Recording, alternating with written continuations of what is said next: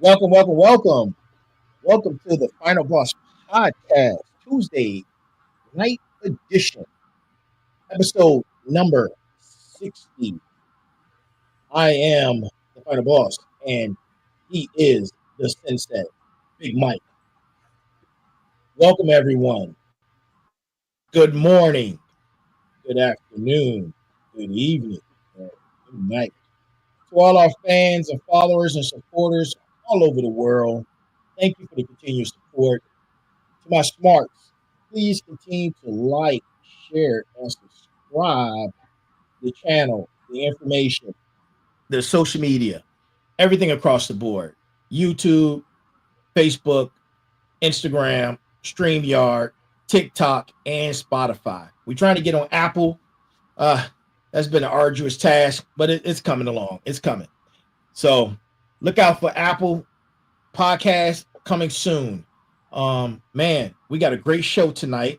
We're gonna go back to our roots of how we got started and talk about survival. And we're gonna be talking about survival, which pretty much how we started. We had an episode in the first season where we were talking about bug out bags and bug in bags. We're going to reiterate some of those concepts and bring forward to tonight's episode bug in, bug out, what to do in case of an apocalypse. Listen, but before we get into that, and before I get into the brass tacks, go get some merch. The Final Boss Pack podcast is a movement. Listen, my birthday's coming up. I'm having a sale. Go get some merch. The website is www.thefinalbosspodcast.com. One word. We got hats, we got sweatshirts, we got hoodies, we got t-shirts, we got polos. We got dog tags. We have all types of things that support the Final Boss movement. Please go get those and support us. We greatly appreciate your support.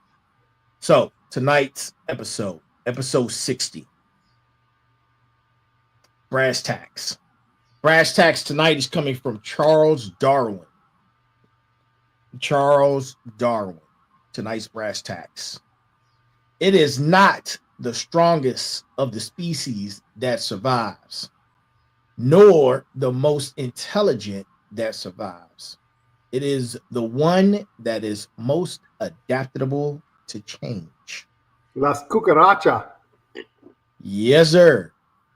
That's the brass tacks for tonight, coming from Charles Darwin. Hey, man, listen. We get ready to get into it, and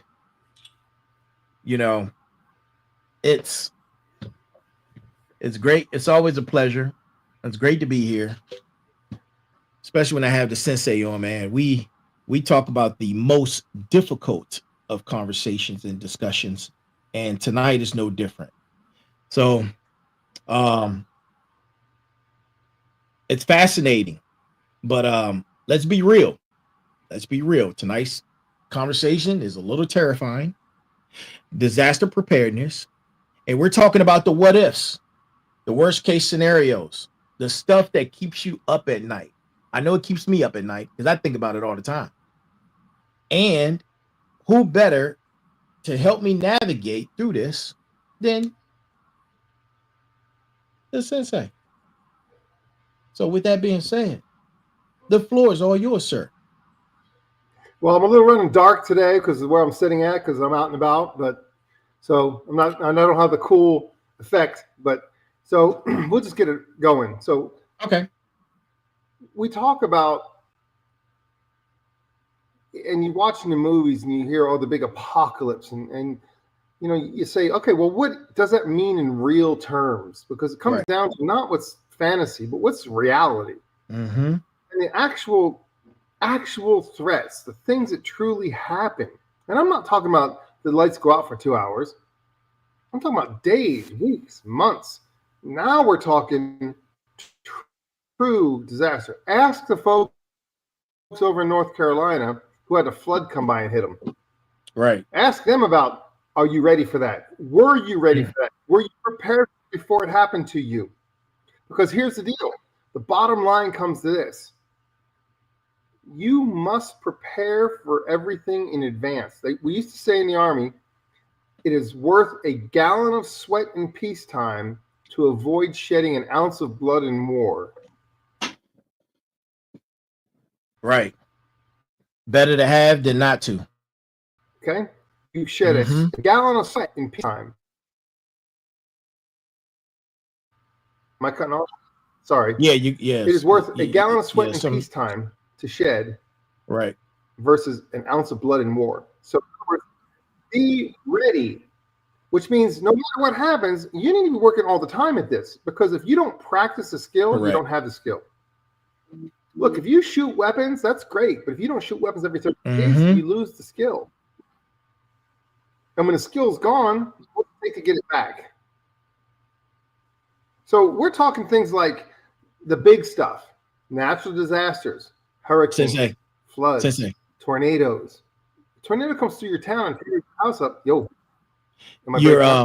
your sound's going in and out.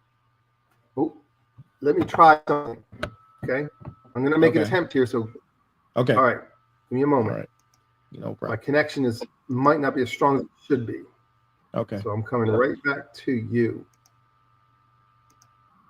Hang on, I'm gonna give it a shot. Let's see.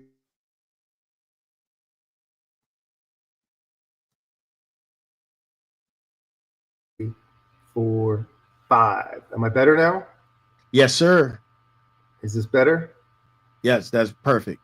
Am I better with 1, 2, 3, 4? Am I better? Better. 5. Better. All right. Better. Yep. I had to change my connection. Sorry about that. I'm not in the home front with my gig by gig. Oh, I hear you perfect. I'm not in my home front where I have my gig by gig connection where that I'm smoking it. So, I'm sitting out on the road, and when I'm on the road, things are a little different. Right. So, and that's a perfect example of what happens when you lose connectivity, right? You lose connectivity in today's world, it seems like it's a disaster. So we have to look at what's happening here. Are you prepared for something that happens that's going to last more than a couple days? Right. And I don't care where you live in the world, you better be prepared for that. And so once you start to think about that, okay, this is what I should have for that event. Now, there's resources available for everyone to understand and know what they should have. But the resources are checklists. So you need to make a checklist, have a spreadsheet. You have what's a bug out bag. That's if your house catches fire and you have to leave your house. That's a bug out bag situation. Right. Okay? You got to leave. You got to go somewhere else. So you better take with you certain things. Then there's a bug in situation where you're going to be hunkered down at home. And a perfect example that occurred in our lifetime that we understand that during COVID, we were hunkered down in our homes for how long before we were even ready to go out in the world? Right. So you have to have bug out capability, but you better also have bug in capability.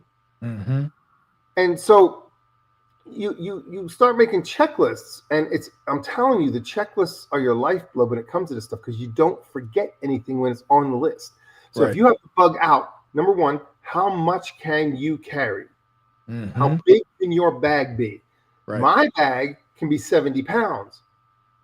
Your bag might be able to be 30 pounds. I can carry twice the amount of stuff with me than you. So my bug out bag looks way different than yours. Right. My bug out bag is going to have a lot more ammunition in it than yours is. Absolutely. Because if you have to go somewhere else, what's the problem? How do you get there? You think if things are going really bad and you have to go somewhere, you're going to get there safely with just like a normal commute? Right. No, there's going to be people on the way to take what you have. So you better be prepared to defend the tiny little bit you can carry with you, Mm-hmm. is going to be gone. And guess what's going to be gone with it? Your life is going to be Your gone with it. life. Absolutely. So you better understand that part of the process is to not only have a bug out bag if you have to leave your home, but when the disaster happens, it's too late. Mm-hmm. You need to be bugging out a day or two before it happens so that you can bug in your bug out location. Right. So let's say that we know that a flood is going to come, or we know that big hurricanes are coming, and you say, I'm going to hunker down and ride it out. You operate a whole different way than if you said, I have a place that's in high ground, I'm going to the high ground. Mm-hmm. Totally different mentality. Right. If you have the resources to have a bug out place, that place would be away from where you live and have all the resources there you need to ride out the storm. Mm-hmm. But you just have to get there. Correct. Don't wait until it's too late. Don't wait until the tornado's right at your doorstep to be leaving. If you're going to Absolutely. leave, Mm-hmm. leave in advance. Leave early, leave quickly. If you're going to ride it out, you better have prepared to ride it out. What's your number one thing you must have in any bad situation? The only thing that makes humans stay alive in the short term, midterm, the one thing you must have is you must have potable, drinkable water. Water. Mm-hmm. I don't care what else you have. That is your number one in the world is water. Absolutely. So in your bug out bag, you better have water purification devices, which they Mm-hmm. sell them in Walmart, for God's sake. Right. Some water purification straws, and then they Mm-hmm. have the next larger ones, which are handheld pumps, and then you have larger than that. You see what's happening, right? Depending on how Absolutely. long you're going to be, how Mm-hmm. big does your water purification have to be? Right. And if I'm going to a bug out location, I'm hoping and praying that you're on well Mm-hmm. water. You see, you don't want to be on city water when things go bad. They're going to shut the water off. Right. Look at what happened during the fires through LA. They Mm-hmm. shut off the water. So you're thinking, oh, I can defend my property and protect it from a fire. But when you go to turn the faucet on, there's no water. You're screwed. Right. So you see what happens? So you have to be prepared for that. So this is why you have things like a pool in your backyard. I've got 20,000 gallons of water sitting outside my house. I can use that water any way I want. 20,000 gallons of my pool. Right. I can flush my toilets with it. I can use it to wash dishes and clothes. I can do anything I want with my pool water. That's Mm-hmm. mine. I also have my own well, so I can Right. pump my own water by turning it on my generator. I have the ability of self-sustaining. I would never bug out. I will only bug in. Bug Bug in. Yeah. in is different Yeah. because it is my position that I'm at, is my home defensible? Can I protect my home?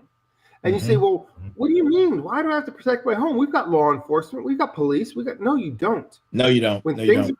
are bad, you're worried about, think about a hurricane and think about what happened in Louisiana and Florida and all these places that get subject to hurricanes. What happens? There's no power, no clean water. And what's the biggest thing that happens? Looting. So if Looting. I'm in my home hunkered down and people come to try to loot my home and steal Mm-hmm. what I have, I must be able to defend what I have. Absolutely. This is huge. This is not Yeah. a small thing. So you must know, I have to know that I have two kinds of bugs, bug in and bug out. Mm-hmm. If I'm Yep. bugging out, I'm going somewhere else. It better have everything I need already there. And my Yep. biggest thing is get there. Now, Mike. Right? Yep. You just brought up a valid point that I want to touch on real quick. You talked about something in reference to what I like to call the human element. Oh. The human element is the real wild card, right? Along with that, when a situation, a catastrophic situation may arise, such as the power grid going down or a 0-day attack, Panic, misinformation, people fighting over the last can of whatever.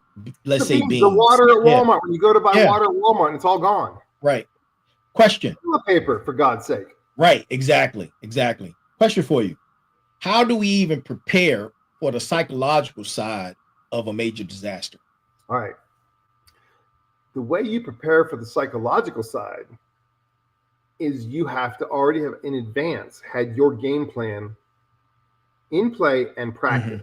It's practice, practice, practice. If I practice something 10,000 times, it's muscle memory. Absolutely. So if I know this situation occurs, I'm bugging out. If the next situation occurs, I'm bugging in. So the way you deal with the psychological part of it is you understand that I'm going to, when I bug in, I have key people. I can't bug in alone.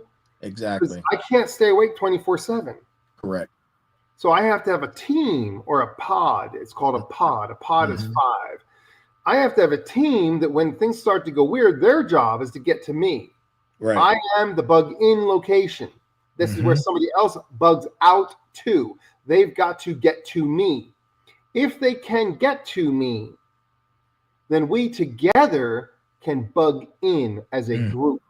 So I know as a bug in location, I have to have more resources for more people than just me.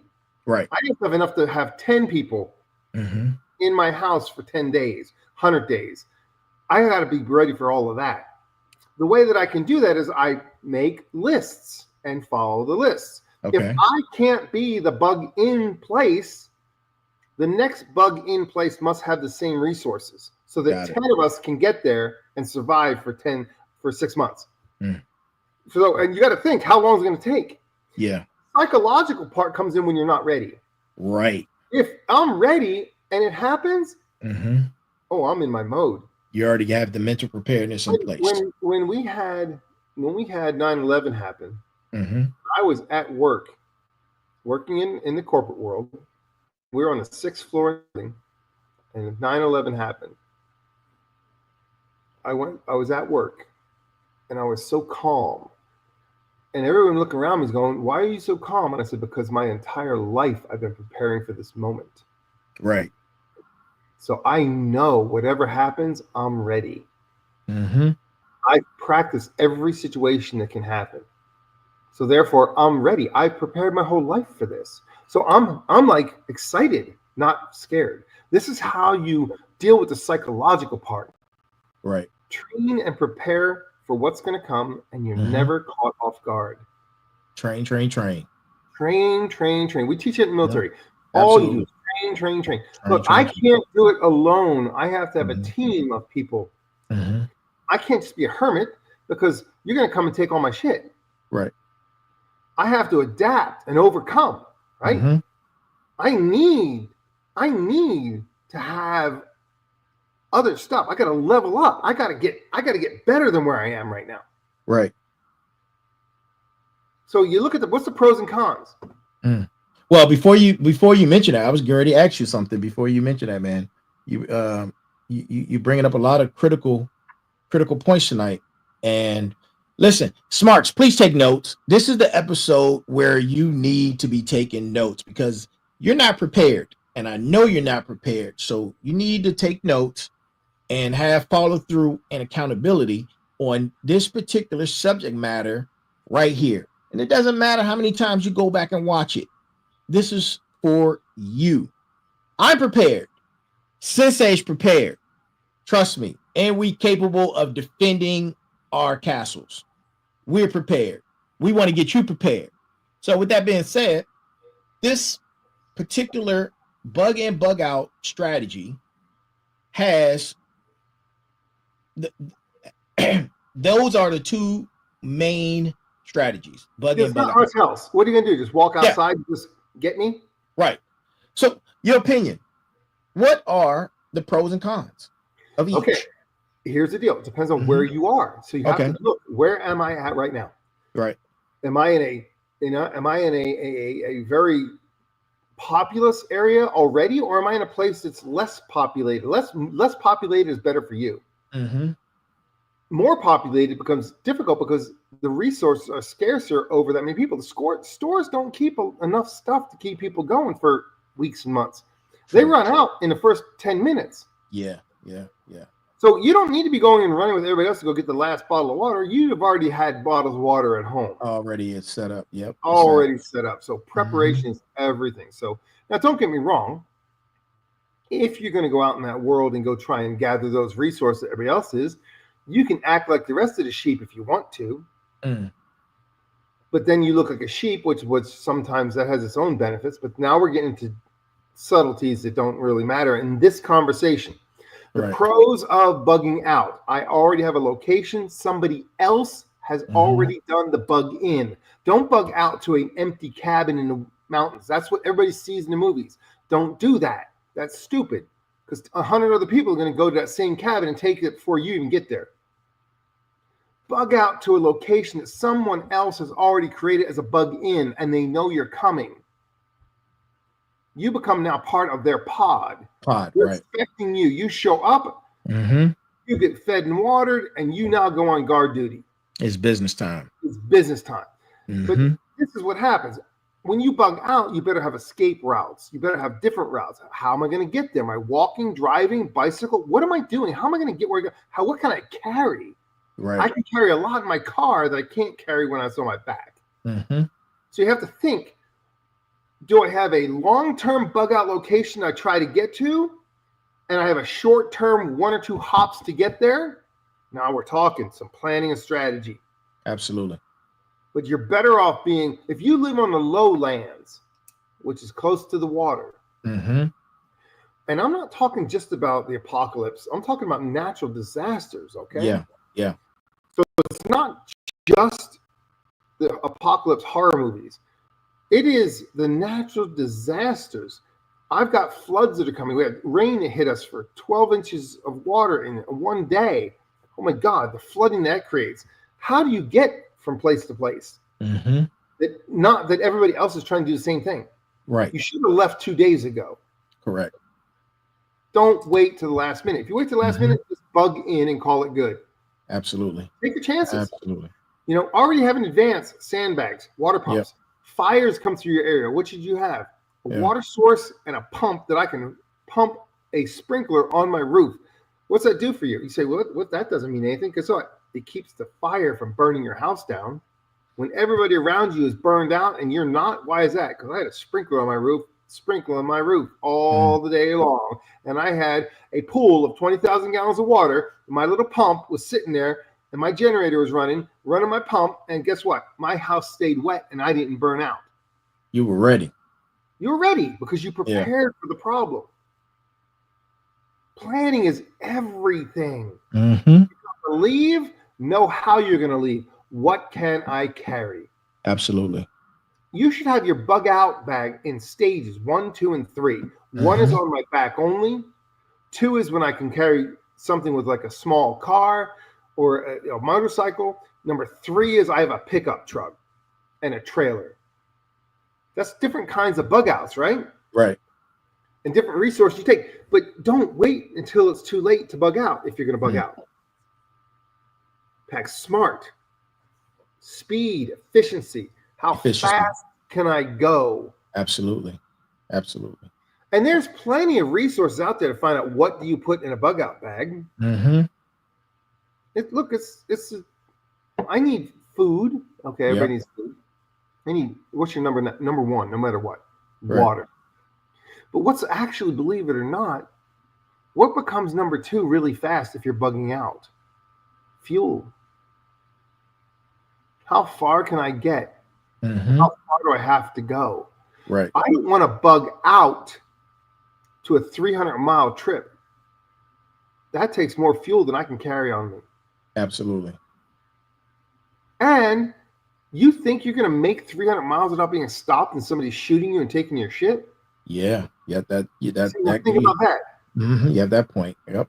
Right? So it's pretty intense when it comes to bugging out. You're actually, in majority of people, you're actually better off bugging in. Right. I agree. This is where it comes down to community. You need to know your neighbors, Right. because do you want your neighbor to say, "I don't like you and I'm just going to kill you and take your shit"? Or do you want your neighbor to say, "Hey, you and I are going to watch the door and make sure that nobody gets to our two houses. I protect your family, you protect mine." Absolutely. You see the difference? So Yep. that means not only do you have to have materials, food, purification, tools, Hmm. backup power, all of that required, which is huge resources available to tell Right. you what you need for bugging in and bugging out. Yep. Good human resource. But Absolutely. that's Yep. not, it's not just that, it's your Hmm. skill set. Oh yeah, definitely your skill set. Yep. So, do you know basic first aid? Hmm. You have the tools for basic first aid, Hmm. because a cut can kill you when things get bad. Absolutely. And before um um you just touched on something that I wanted to add on before you finish that statement. This statement is going out, and I hate to single a particular group out, but we have to do that because this is about critical discussions and conversations that are difficult. Single ladies, hear me out. Single ladies, if you don't have a firearm, you need to start that process immediately. Start working on getting whatever your state allows you to have, your hand qualification license, or whatever procedure you need to go through to purchase a firearm. You And then get need, trained on how to use it. yes, I was going to get to that point. You need to be taking classes on how to use it. And then once you're proficient in using it, you need to practice loading and unloading. Loading and unloading a firearm. That is a particular skill set. You need to understand how long and how fast that takes. That is a process. And if you're not proficient in it, you can lose your life. You may have a firearm, but if you're not proficient in loading and unloading and knowing what you're doing, it could cost you your life. If I got a pistol with 10 rounds and my Yeah, 10 rounds are gone, I better know how to get another 10 rounds in that weapon pretty fast. absolutely. And if I don't have Absolutely. enough magazines with enough rounds already preloaded, I got to stop and pull out of my box and Yep. one round at a time. And I'm nervous. Man, Yeah. you better be good at this. You better be good. You better be good at it. So, and on top of that, when there's a societal collapse, all morals and values go out the window. Nobody protects women anymore. Listen to what I'm saying. And we said in the beginning, this is going to scare you. This is some scary stuff that we're talking about. Societal collapse, all morals and values will go out the window. There will be no police, no military, anybody protect you. All you have is yourself. Trust me when I tell you this. So, moving on. So, you we were just talking about bugging out, and the difference. So, bugging out means having a plan, having escape routes, having And having a place to go to. transportation. You better have a Yeah, place to go to. It right. has resources, people, everything Hmm. you need. You might show up with bullet holes in you, and somebody has to be able to take the bullets out of you Right. and put you back together. So you're going to have Hmm. a place you go to that has medical resources also. So you think about it as, if I'm bugging out, I can't just go to a cabin in the woods, because when I get there, nobody can take the bullet out of me when I got shot getting there. Right. So let's talk about gear. Gear. Yeah. What's the difference? Let's talk about bug out bags versus bug in bags. What's the difference? What are the must haves? In bug out bag, it is, what can I carry on me? Which means you Mm-hmm. need to have a bag you create, you load it, and guess what you need to do? You need to go for a walk. You need to go for a walk for 5 miles with that bag on your back. Can you do 5 miles with that bag on your back, or do you quit at 2 miles? If you quit at 2 miles, you know right now I can't carry that kind of weight for that kind of distance. Right. Okay? All right. So you need to load your bag and go for a walk, because if you're Mm-hmm. bugging out, your car is not going to be reliable. True. True. So you better be able to walk miles with your gear. Mm-hmm. And how do you know that you can walk miles with gear? You test walking miles with gear. With your gear. Yeah. You practice it. Then I know I can do this. Mm-hmm. If things get bad and I've never tested myself, and I got 70 pounds in my bag, my huge bag where there's everything I could ever need in it, and I'm gonna bug out. I put that bag on my back, and 10 steps later, I'm like, oh shit. Now, am I ready for this? I have not prepared. Right. I have not gotten my shit together, and Mm-hmm. I don't even know my own physical limits. Correct. So that's why I said I'm the age now with the old gray hair and the beard. Guess where I'm doing? You think I'm bugging out and running? Oh shit. I am bugging in.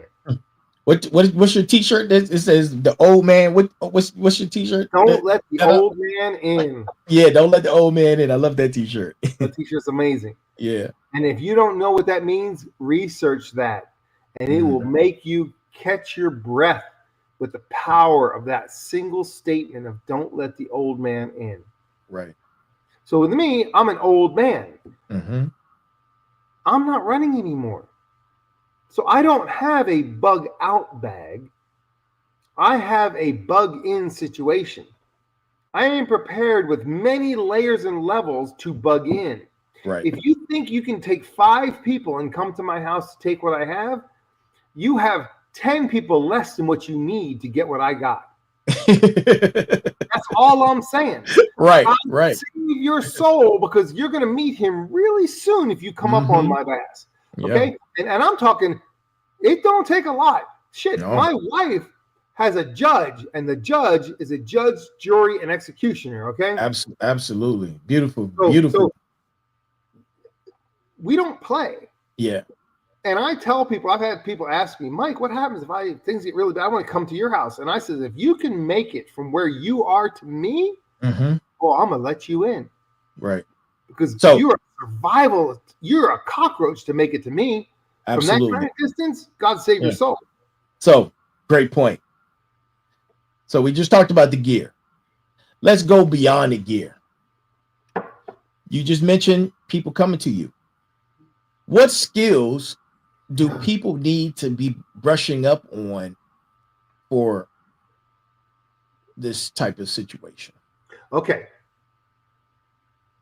So to brush up on, okay. Number 1, you better have your tactical skills at least proficient enough that you're not a liability. Correct. So you need to understand, I don't care if you know my weapons, but you better know yours. And if you show up at my house with no weapons, I'm going to look at you and be like, what's your problem? Do you not know how to defend yourself? I don't care if you have a baseball bat and that's your weapon. Good enough. Do you know how to use that baseball bat? Praise God. Because you know how to use your baseball bat, okay? Right, right. But if you show up at my house with nothing and all you are is a leech, you're going to lay at the end of my driveway as a lesson to everybody else that says, don't care.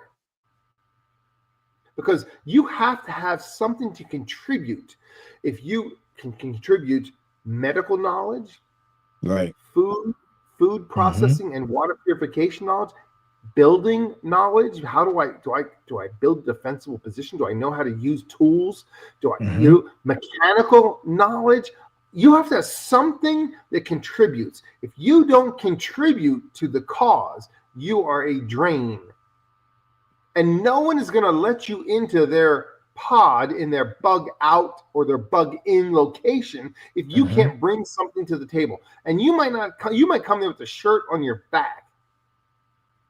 But if you got skills, you're allowed in. You're allowed in because you have skills.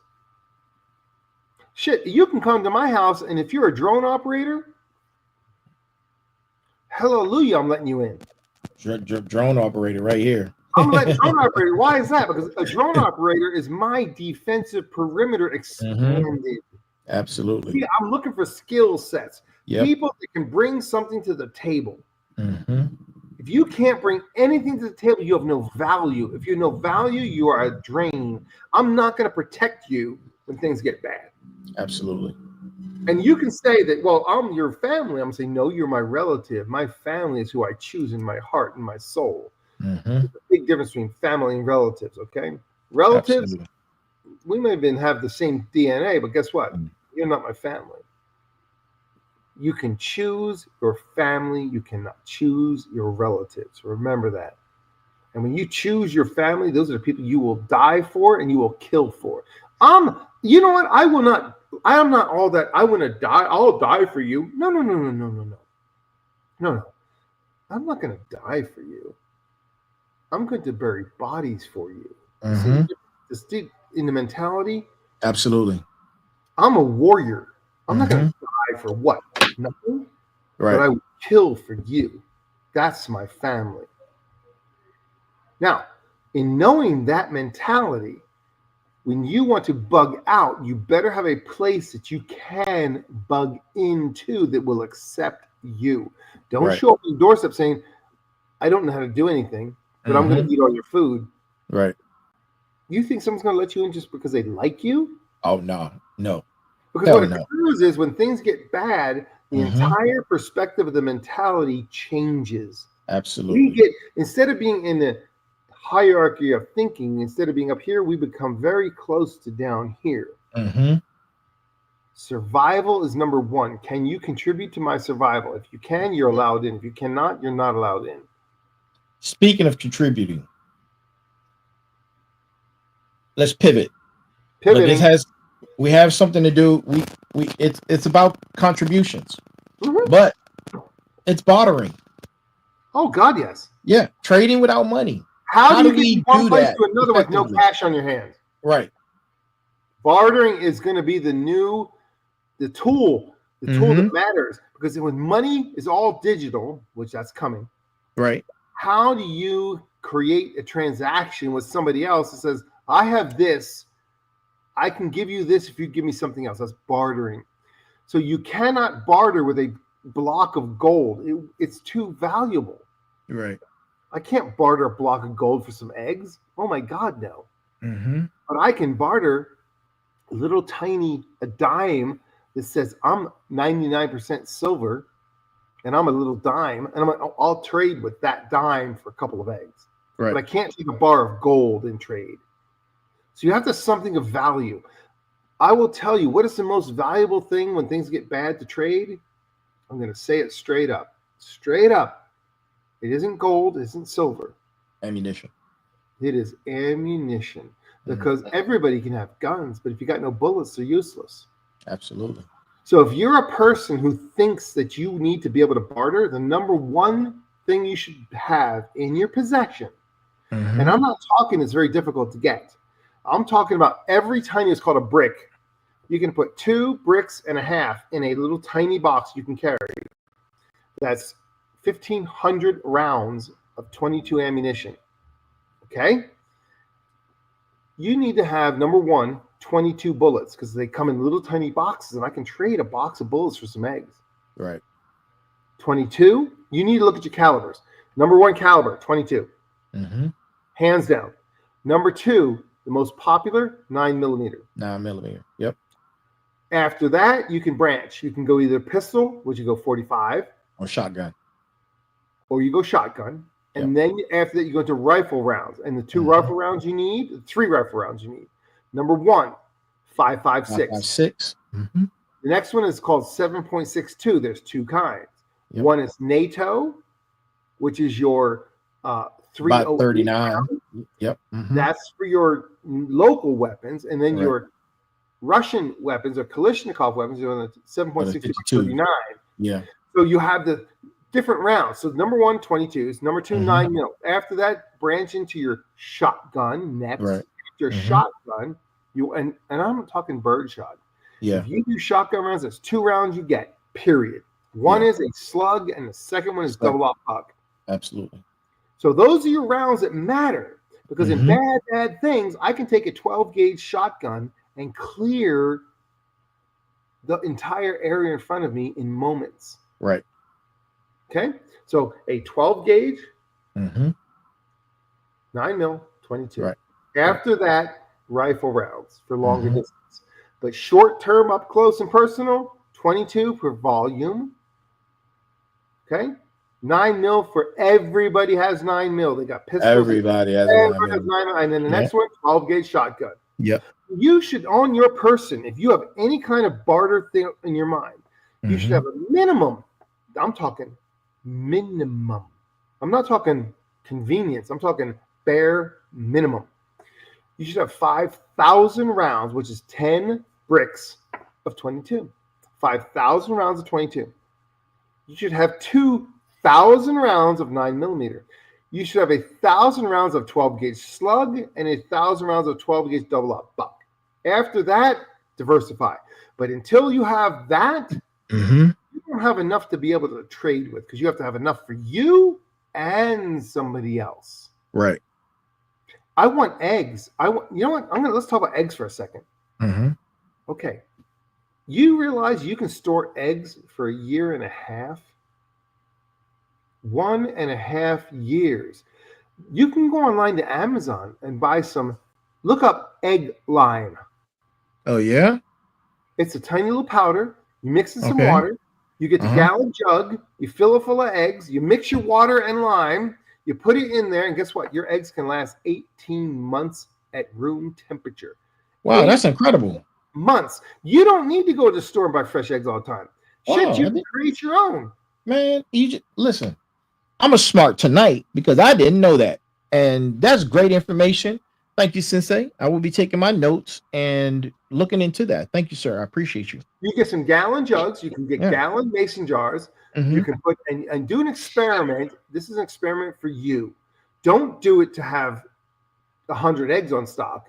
I want you to do 1 gallon jug for you. And I'm not talking about the white eggs you buy in the store. I'm talking about get brown eggs. They're better. Get some brown eggs. Get your mixture. Look it up. Google how to eggs, water, storage, lime. And you mix it up with a percentage. You put the eggs in, and you pour the water over it, seal it. I want you to let it sit for 6 months or more, and then open it up and start using the eggs. Wow. Oh, and you only have to use the eggs as they come out of the water. If they're underwater, they're still good. Okay. Now, don't get me wrong. When I go to cook an egg right now out of the store, I crack the egg, and the yolk is all in one piece, and then there's the rest of the egg. Okay. Once you store them for long term, it breaks down into an actual just white and yellow comes together. But if I'm making scrambled eggs, do I give a shit? It doesn't matter. If I'm cooking with eggs, do I care? Right. And the beauty of that is 18 months of egg storage. And guess what? If you don't like that, you go to Walmart and you can buy a bag of dehydrated eggs. You add water to it and you have eggs. Great information, Mike. Great information. Just like that. Yeah. Because guess what you need to cook? You need to you should have in your in your house 100 pounds of sugar, 100 pounds of flour, you should have 20 pounds of eggs. You should have dehydrated butter. You follow where I'm going with this, right? Absolutely. You should have rice, 100 pounds of rice. If you can and I buy the little storage containers that they use for pet food, with the lids on them. I put my stuff in them, and you use it on a regular basis, but you still store it. What happens? I have hundreds of pounds of food that I can create meals out of with no effort. I don't have to go to the store. And it takes no storage space at all. You can put it in a little pantry. Absolutely. That's super awesome, man. Super awesome. So if you can do that, you have stuff you can trade with. If I can create at my house loaves of bread, you don't think I can trade those to other people who don't have anything to eat? Absolutely. Absolutely. You see? Yep. So go ahead. No, go ahead. No, did you finish your point? I have a person in my pod who can make food out of anything. Yes, you do. I queen anything out of nothing. So guess what that is? A valuable resource. Absolutely. She can feed hundreds of people with nothing. Right. That skill set is so critical. All the skill sets. Let me deal with all the defense, the water gathering, the food gathering, the main big stuff. If you can feed many people with nothing, your value is here. You are hugely valuable because you can then keep the pod alive. And drone operator, and I can shoot the wings off a fly. But let's go on. I'll tell you what, God bless drone operators. That's all I have to say. And if you don't know what that means, you need to go look that up. Absolutely. Absolutely. So we just talked God about bless a drone defense. operator. We talked about defense. We talked about bothering. Let's talk about situation awareness, Oh, de-escalation, and some basic self-defense basic moves that are essential. okay. I'm going to tell you But something real simple when it comes to de-escalation. Okay. okay. Mm-hmm. Bad guy comes up on me. I don't care what kind of bad guy it is. It doesn't matter. Someone comes upon me and they get like aggressive. So they come in here. Now, most people think you come in calmly to try to get, no, the moment you do this, they follow you up the hill. Oh yeah. If they come in here, you don't come in here. Guess where you should come in at? When they escalate to here, guess where you are? Right. And guess what they're going to do? They're going to back off. Yeah. So when escalation occurs and somebody comes at you, you don't need to come at them calm and quiet. You need to come in there like, holy shit, this SOB is crazier than I could ever imagine to be. And God save my soul if I cross them. Right. Because I'm knucking futs, is all I got to say about that. Mm-hmm. You cross that line, I'm going to come at you in ways you could never imagine. God save your soul. And if you think I'm not going to step on you and take you out before you have a chance to even look at me sideways, you're mistaken. So I'm not coming in here. Mm-hmm. Dude, I'm coming in so far above, you're not even going to think about escalation. You're going to be like, oh, I got to go. Right. That's how you de-escalate. Do not come into a situation thinking everything's going to be good. I can calmly talk my way out. No. You talked your way out 10 minutes before it happened. That's that situational awareness. You cannot train enough for situational awareness. Right. And it is a skill that is so difficult and so hard to achieve. It is probably one of the hardest skills to get and one of the easiest skills to lose is situational awareness. Yeah. Yeah. And I'm not saying, you're paranoid. You might call me paranoid, but guess what? I'm aware of everything. When I walk into any place, I walk into a restaurant, I know where the X's are. 5 seconds that I know every exit. And I evaluate every person in the building to know what's it take for me to take them out. Yep.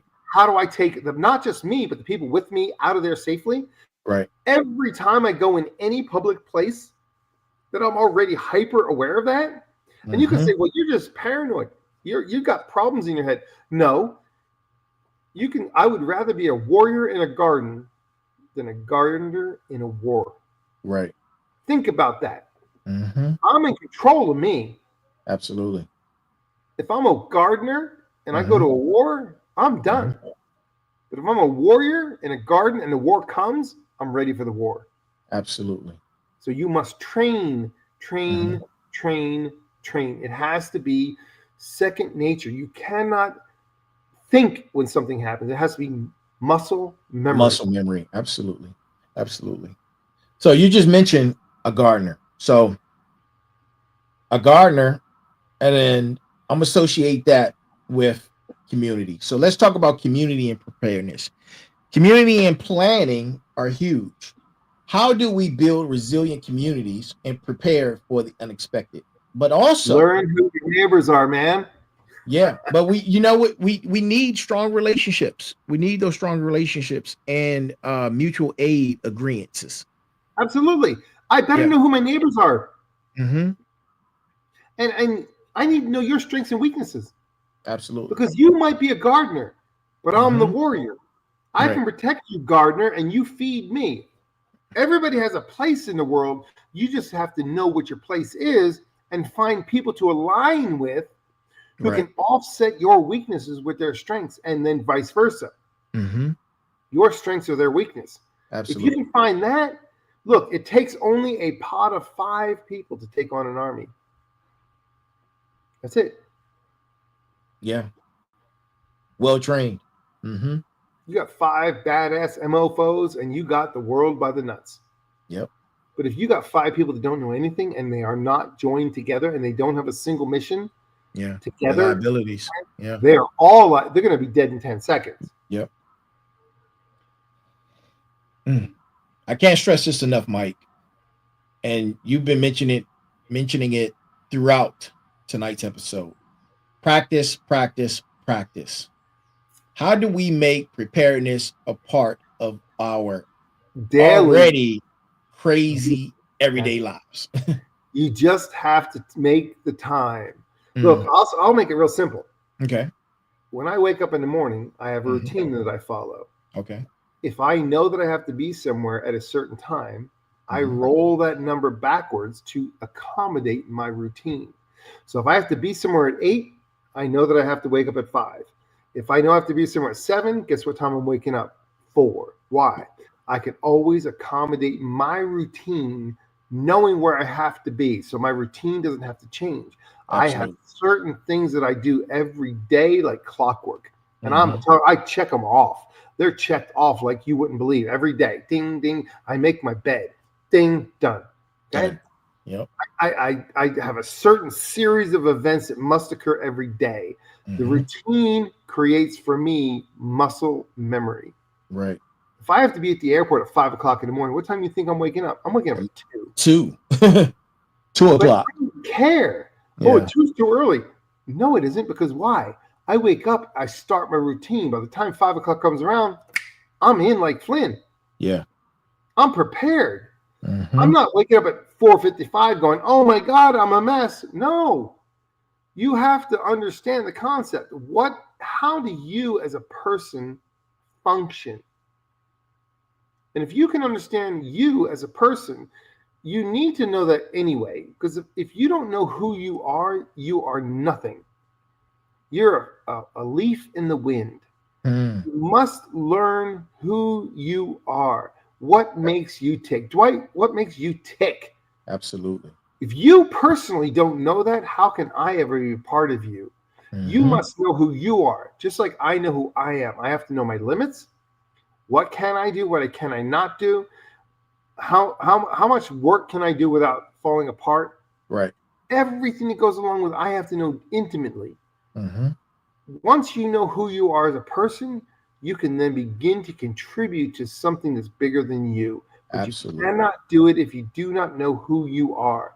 And you say, where do I start in this mess? Number one, center. Mhm. You have to know, how do you think in bad situations? Are you a run away, freeze, or run towards person? I don't care if you're a runaway person. That's okay. Yeah. Know it, prepare for it. If I'm a freeze person, it says if something bad happens, a car catches fire in front of me and I just stop and I can't move, that's okay. Know your limitations. Absolutely. If you know who you are, you can contribute to the event no matter what it is. But Mhm. you must train, train, train. I cannot say enough. Prepare, train, make lists, double check your lists, rotate your inventory and stock. Make sure that whatever you have is ready at any time. If I have a bug out bag, I don't let it sit for 10 years. I check my bug out bag on a regular, I unpack it, I repack it. Oh, that's too old. Get rid of that. Put a new one in. You get ready for what's going to happen so that when it happens, it's not a surprise. You don't care and you follow the check boxes. Yeah. 1, 2, 3, go. 1, 2, 3, stop. You know what you're doing because you've prepared for it 1,000 times in advance. Do Mhm. not sit there and be so hung up on watching football and NASCAR that you know nothing about what's going on around you. Correct. Correct. Focus on you and the people Mhm. you care about. And not just that, I can be totally prepared, but if no one around me is ready, then I suck. Absolutely. So I need Absolutely. to also know that I need to get the other people around me to be in the same mindset and what's called lockstep. Mhm. Lockstep is when you and I think alike, act alike, and do alike. We are one, not two. Right. And if you want a pod around you, you better be in lockstep with your pod. Mhm. And I say the word pod, smarts, read my lips, pod. POD. A pod is a group of five. A group of five Mhm. take on a group of 100 if they're properly readied and prepared. Think about that. Yep. Think about that, smarts. Think about that. And that's called being effective. Absolutely. Well, sir, again, thanks for joining us.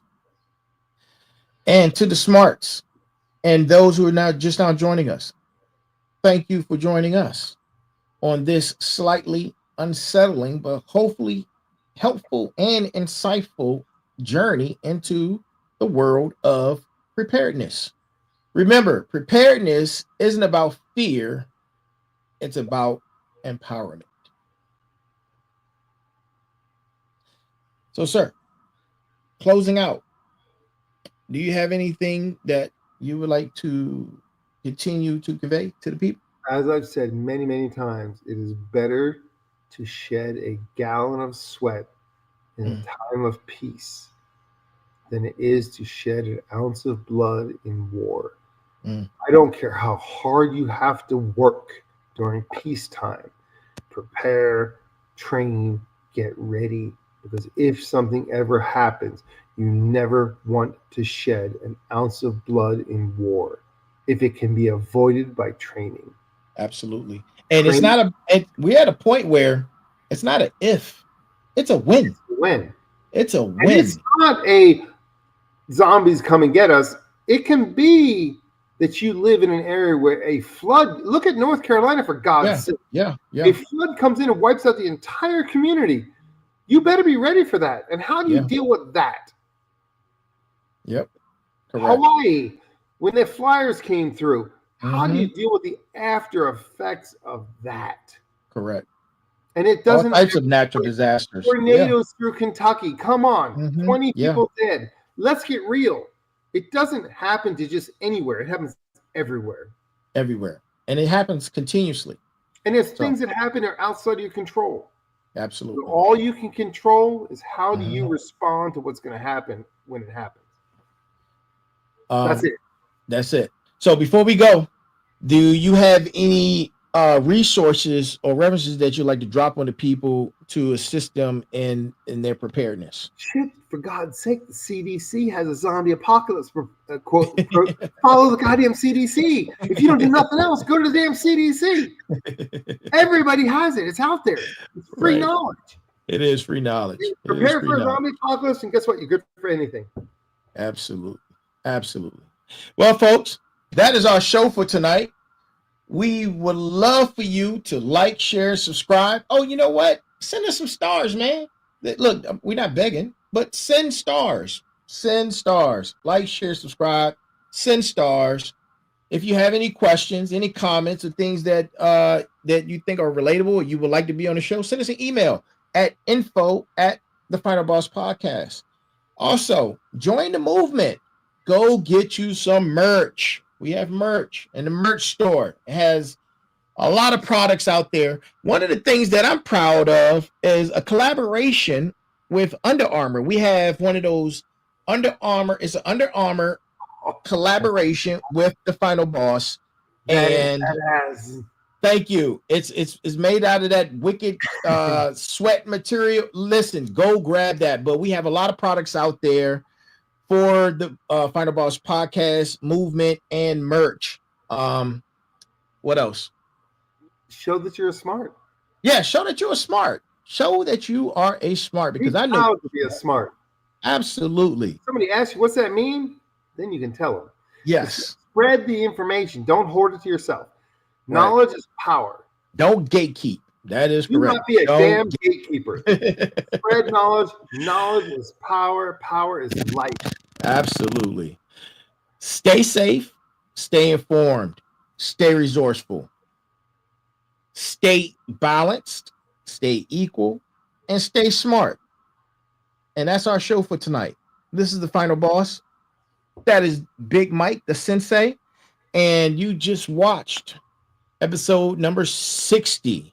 Stay tuned, or coming this Thursday, episode number 61 with Nika Hudson. She's a wonderful entrepreneur, and she has a lot of insight on business. She's going to be bringing her business knowledge, which is a plethora of knowledge, to the Final Boss Show. And for my entrepreneurs out there, that is one that you do not want to miss. Very inspiring young lady. She will be here this Thursday, 9 p.m. At all the segments that I've already mentioned. So That's our show. We thank you guys. We love you always. Stay smart, be good, and be good to others. Have a good one.